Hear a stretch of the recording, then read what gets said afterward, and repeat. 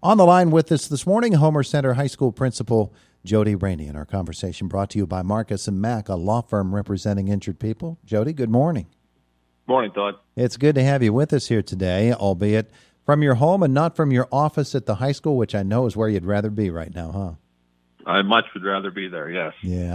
Yeah. So let's talk a little bit about the district. I also want to ask you about maybe a few athletics questions as a representative of the Heritage Conference. But let's talk about Homer Center right now.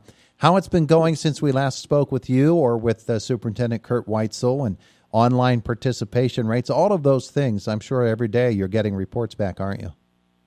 We are. I think, I'd say this, Todd. I mean, I don't think that, anyone has a perfect plan, but I'm pretty happy with how we've been able to evolve, and each week we're able to maybe meet with our teachers virtually and kind of improve upon things that we're doing. And then we're doing a lot. Our teachers are doing a lot as far as following up with our families, especially the kids that we haven't got to participate, and trying to figure out reasons why and then provide the supports. There's a lot of different reasons for that. Some of it is the situations that they're dealing with right now in their homes. Some of it has to do with, technology as far as connectivity, and, so we continue to work on those things with those families and make sure that, our families are doing okay, and we're removing the barriers the best we can to get them to be able to participate with us. Yeah, we've been out about 5 or 6 weeks now. I'm not sure the exact time, but if you think back to when you began and follow that evolution through to today, some of those issues that were so uncertain then you have answers to now, and I would assume that helps you to move forward with future planning too. It does. I think the big thing that every school is probably thinking about right now is we realize there's certain parts of our plan that are working, and there's other things that could be done better. And I think that, the important part of all this, I do truly believe, Todd, our teachers and our students are working in a world that they didn't expect to be working in really ever. And I do think that, when this is behind us and we're able to come back and get together, the two things will happen. I think, number one, it's going to make us better as teachers and students. And number two is, I think what will happen too is, we'll take all the data that we're collecting now, and we'll use it to make sure that we're better prepared and that we'll be able to do even more if, God forbid, we're ever in a situation like this again. I recall talking a few years ago with the football coach for the Luther Fort Coaches Corner program, and he's a teacher, and he said, it was early in the football season, and he had a terrible, terrible raging cold. He said it happens every year. When you get back in the classroom and you get all those kids together, everybody gets a cold from everybody else.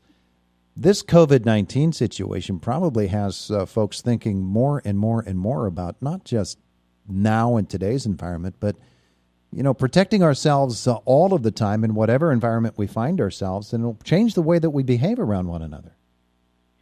It certainly should, I think. And, and I look at it this way, Todd. I don't think it's a big secret. I have some pre-existing health conditions myself, and and so the steps that you have to take, you have to be more vigilant on some of the things that you do.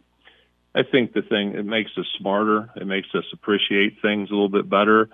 And like you said, is, to make sure that the things that we should be exercising all along, the good hygiene, just good health practices, I think those are the things that, if we come out on the other side of this, things that should become common practice, and we shouldn't let time fade our memories of the experiences that we're going through right now. Yeah, well, this is going to be hard to forget. We can certainly agree on that. All right, so you talked about connectivity problems. Broadband is such an issue anyway before all of this started. It certainly is even more of an issue now. How has it been in terms of adjusting to students who cannot have internet access all the time available to them readily? What are some of the things you've done? Well, I think there's two things. We continue to look, Todd, at things of making remote access points, especially on the outreaches of our district. Some people probably read different articles about how that has been solved by mobile hotspots and things of that nature.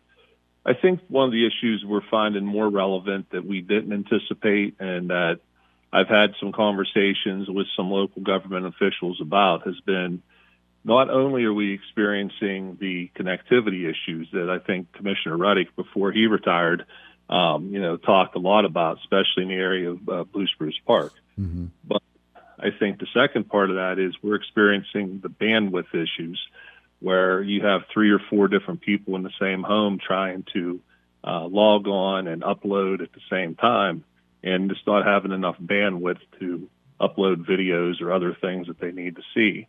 So I think it's a twofold issue. One is connectivity, and the other one is a question of having enough bandwidth in order to have multiple users on at the same time. Yeah, I think the urgency with which we now address that is going to be so much higher because of what we're running into now. And in the future, when you're thinking about snow days and things of that nature, this will actually help us to have a better grip on being able to handle days when kids aren't physically in the classroom.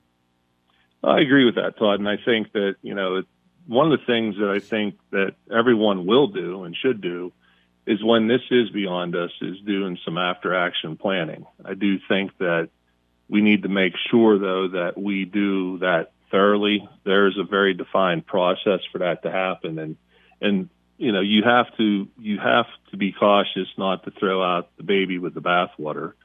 There are things that we're doing that are working.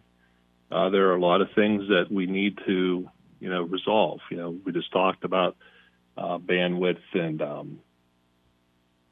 connectivity issues.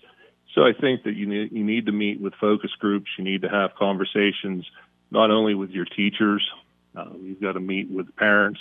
You got to meet with students. You've got to find out what worked, what didn't work, what could we do better, how could we improve upon things, and then you develop a plan. And then you got to sit there in your plan and you develop your goals, and then you start thinking about what's keeping us from reaching those goals. And then you've got to engage community partners to be able to overcome those goals. And you've also got to provide training, too, not only to your teachers, but to your students and to your community. Yeah. So it's a long process that we can't sacrifice quality and substance for expediency when that time comes. I'm sure you look at the metrics, too, to find out, okay, who has connectivity within the district and what's the participation rate and what we're doing online for those. Do you have an idea of how good it's been? Yeah, I'm happy with our participation rate. I think that it could be better, but I just think that's human nature, that we always think things could be better. And we've done a pretty good job of Matt Rodkey. I have to give him a big shout out. He's our K-12 assistant principal. Matt's done a pretty good job of reaching out to families that are having bandwidth issues and some connectivity issues, and being very creative in the ways that we resolve that. Some of our kids are able to get emails, but they're not able to have enough bandwidth to download a video and things like that. And Matt's been very creative working with parents to come up with solutions that do enable the kids to participate. That's good news. Okay, so I don't know how back burner it is. I don't know if the heat is even turned on in the back burner, but you also are involved in District 6 and as president of the Heritage Conference Athletics. And, well, when you think about planning ahead, this certainly throws a wrench into all of that too, doesn't it? It does. I mean, I think everybody feels terrible of the opportunities that, especially our seniors are going to miss out on in their spring sports, I think, first and foremost.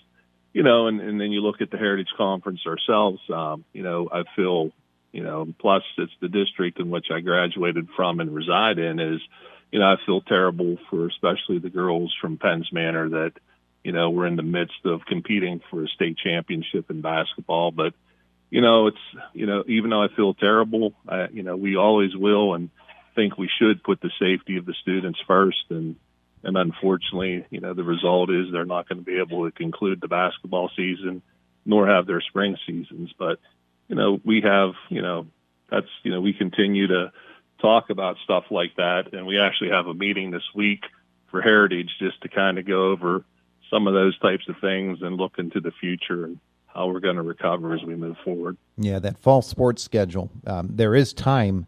You at least are blessed with that for now, but eventually you do have to make some decisions about the fall sports schedule and practices over the summer and all of those. And while there are so many educational issues that take precedence, rightfully so, athletics is a part of all of this. And so I know that's another thing on your list of things to do. It sort of makes you regret taking the job, doesn't it? Yeah, no, not so much. I think that, having that opportunity to maybe, bring some, make bearable, unbearable situation the best we can. And I do know that, PIAA has been pretty clear that until some more knowns come about as far as, the social distancing and those restrictions that are lifted, that right now there is nothing PIAA permitted until July 1st at the earliest. Now they can go back and they can lift that, off period earlier if they can, or they can extend it. So it's right now we're planning on nothing until at least July 1st. Yeah. Okay. Anything else that folks who live in the Homer Center School District need to know about moving forward with the rest of this school year? From the high school perspective, Todd, I think a couple of things. We're starting to engage our seniors a little bit about graduation things. We're still in the very early planning processes of those things, but to encourage them to continue to check the student emails on a daily basis for updates and information we need. And then also in the high school, we did start our process for scheduling course requests for next year. We put out our program of studies and some information last week. And I know this week we're starting with our current juniors, next year seniors, on collecting their course requests, and we'll continue to go from our juniors, sophomores, and work our way down. So students need to be looking for that information as well. Very good. Jody Rainey, principal of the Homer Center High School. Thanks so much for spending some time with us today. Thanks, Todd. Appreciate you helping us get the word out and keeping everybody informed of what's going on, and hope everybody stays safe and well. Thanks. Have a great day. You too, Todd. There's Jody Rainey from Homer Center High School. It's the voice of Indiana County, WCCS, AM 1160 and 101.1 FM. 101.1 FM.